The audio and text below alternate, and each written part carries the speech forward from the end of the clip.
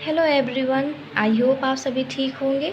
यह आपकी BSc third year की 5th सेमेस्टर की क्लास है जिसमें आपकी यूनिट सेकंड चल रही है। यूनिट सेकंड में लास्ट लेक्चर में हमने तीनों फोरम में general characteristic, morphology, histology complete कर चुके हैं। जाइए लास्ट लेक्चर को देखिए और चैनल को like, comment, share and subscribe कीजिए।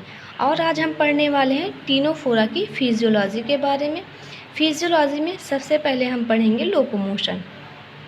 Locomotory organ are ciliated complaints, a group of cilia that helps in locomotion।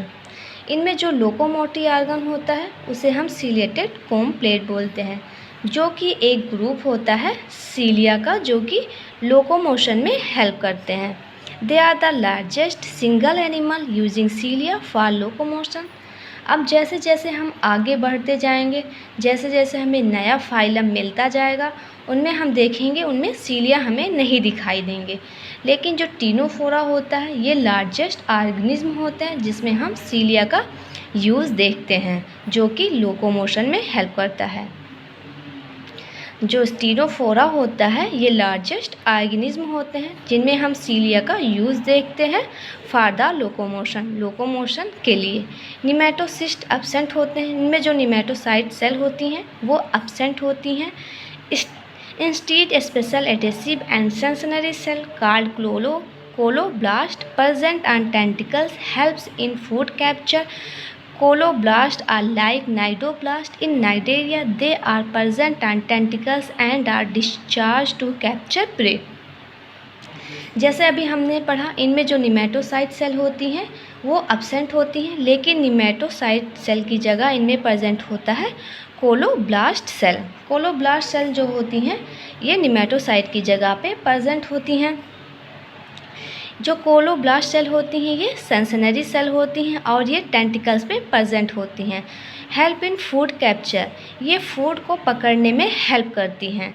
Colloblast are like cnidoblast in Cnidaria. Cnidaria में जो नाइडोब्लास्ट सेल होती हैं उसी की तरह ही होता है कोलोब्लास्ट।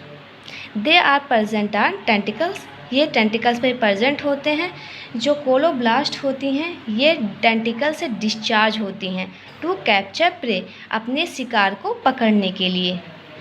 जैसे कोलोब्लास्ट जो होती हैं ये जो होती हैं निमेटोसाइट की जगह पे प्रेजेंट होती हैं, सेंसनरी सेल होती हैं, टेंटिकल्स पे प्रेजेंट होती हैं, फूड को पकड़ने में हेल्प करती हैं। जो नाइडेरिया में नाइडोब्लास्ट सेल होती हैं उसी की तरह ही होता है कोलोब्लास्ट।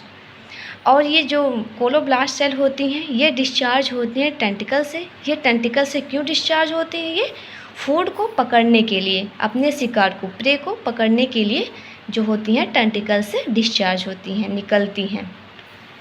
फिर आता है हमारा सेकंड, डाइजेशन। डाइजेशन आकर extracellularly as well as intracellular. इनमें जो डाइजेशन होता है वो एक्स्ट्रा और इंट्रा सेलुलर दोनों टाइप का डाइजेशन होता है। With mouth stomodeum complex gastrovascular canals and two aboral anal pore. इनमें माउथ के साथ stomodeum complex gastrovascular canal and two aboral anal pores होते हैं, जो कि डाइजेस्टिव सिस्टम में हमारे डाइजेशन में हेल्प करते हैं। The gastrodermis contain nutritive cell, germ cell and photocyte which store food, produce egg or sperm and are responsible for the bioluminescence respectively. Ciliated cell in the gastrodermis are responsible for water circulation in the canals and remove waste। जो हमारी gastrodermis होती हैं ये contain करती हैं, जैसा हम जानते हैं जो हमारी गैस्ट्रोडर्मिस लेयर होती हैं ये हमारी थर्ड लेयर होती हैं। ये कंटेन करती हैं nutritive cell, germ cell and photocyte cell.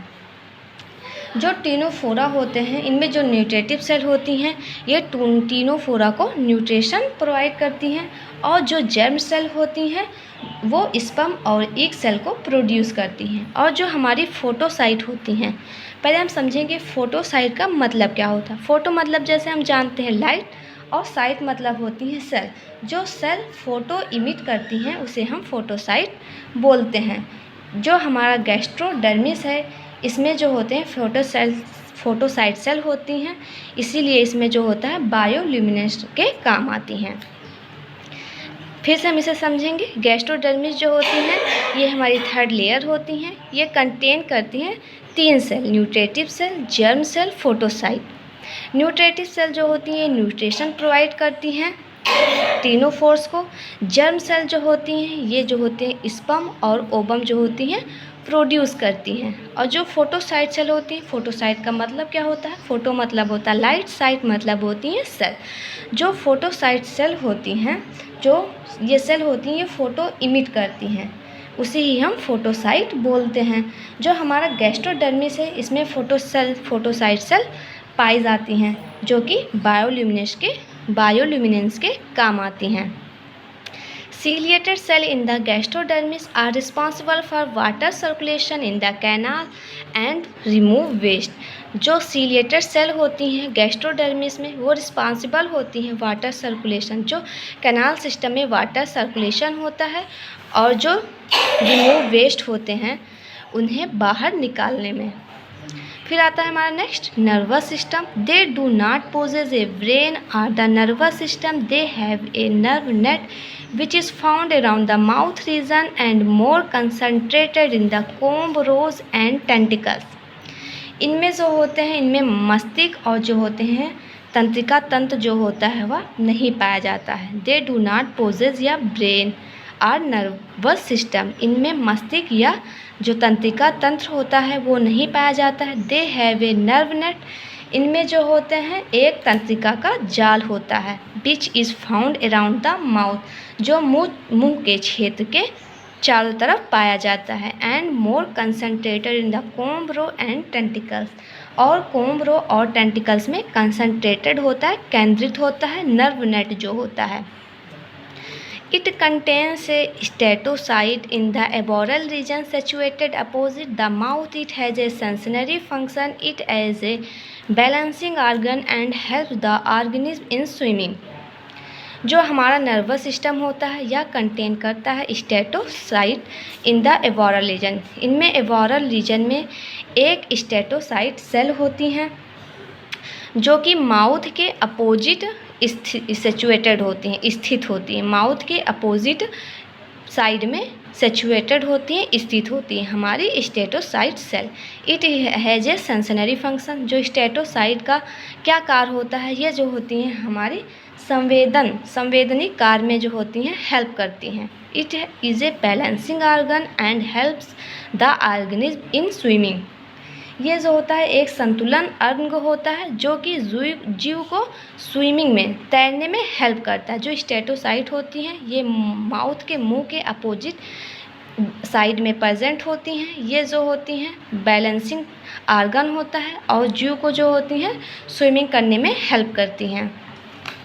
फिर हमारा आता है रिप्रोडक्शन। इनमें जो रिप्रोडक्शन होता है दे आर बाइसेक्सुअल, उभयलिंगी जो होता है रिप्रोडक्शन होता है, सेक्सुअल होता है। सेक्स आर नॉट सेपरेट, इनमें जो सेक्स आर्गन होते हैं वो सेपरेट नहीं होते हैं, वो एक ही ऑर्गेनिज्म में होते हैं। टिनोफोर्स रिप्रोड्यूस एसेक्सुअली, इनमें जो रिप्रोडक्शन होता है वो सेक्सुअली होता है, लैंगिक होता है। Fertilisation occurs outside the body, fertilisation जो होते हैं वे आउटसाइड होता है, मतलब एक्सटर्नल फर्टिलाइजेशन होता है। Development is indirect, development indirect होता है, जो लार्वा की स्टेज आती है वो नहीं दिखाई देती है। सम प्रोड्यूस स्पर्म एंड डिक at the same time and some at different time. जो टिनोफोर होते हैं ये जो होते हैं स्पर्म एंड ओवम जो होते हैं या ईग जो होते हैं, कुछ टिनोफोर्स जो होते हैं सेम टाइम में रिलीज करते हैं, लेकिन कुछ टिनोफोर्स जो होते हैं डिफरेंट टाइम, अलग टाइम में स्पर्म और ओवम को प्रोड्यूस करते हैं। Most species show regeneration for damage tissue, जो मोस्ट स्पीसीज होती हैं जो कि शो करती हैं रीजनरेशन, जो हमारी डैमेज टिश्यू होती हैं, क्षतिग्रस्त ऊतक होती हैं या जो खराब ऊतक होती हैं, उन्हें जब वो डैमेज हो जाती हैं तो जो उसे रीजनरेशन किया जाता है, फिर से उसे बनाया जाता है। टिनोफोर्स हैव ए साइडिपिड लार्वा, टिनोफोर्स में जो होता है एक साइडिपिड लार्वा होता है, पाया जाता है। ये इंपॉर्टेंट पॉइंट है, हमारे टिनोफोर्स में साइडिपिड लार्वा पाया जाता है। They are free swimming larva, ये लार्वा जो होते हैं ये स्वतंत्र तैरते हैं। आई होप आपको क्लियर हो गया होगा। Thank you so much watching for this video. Please like, comment, share and subscribe.